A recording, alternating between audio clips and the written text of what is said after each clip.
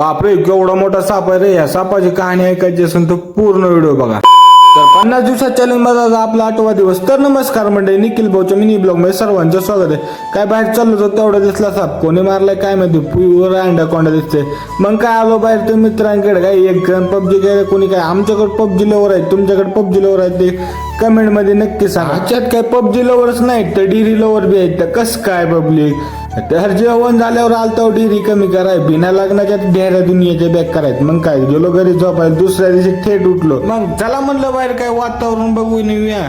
बाहेर निघालो. भाऊ ना, मला वाटतं माझ्यापेक्षा क्यूट कोण नाही. मग तेवढ्यात मित्राची गाडी भेटली होती. चला म्हणलं एक मित्राच्या गाडीची चक्कर मारूया.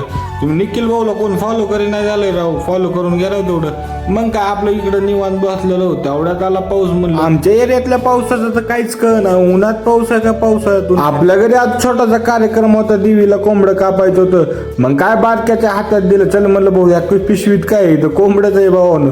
मग काय देवीला कापलं होतं. मग काय दुकाना म्हणलं एकदम बारीक बारीक पीसेस करून घेऊ. मग कोंबडं घेऊन आपली जबाबदारी होती की घरी पोहोचायचं. मग काय घरी घेऊन आलो कोंबडं. म्हणलं आपले बब्बर शेर बी वाट बघत असं. आज बब्बर शेरला चारा घेऊन भेटू त्याच्या ब्लॉग मध्ये. आपला ब्लॉग सर्वांना शेअर करा तुमच्या भावा बहिणीला.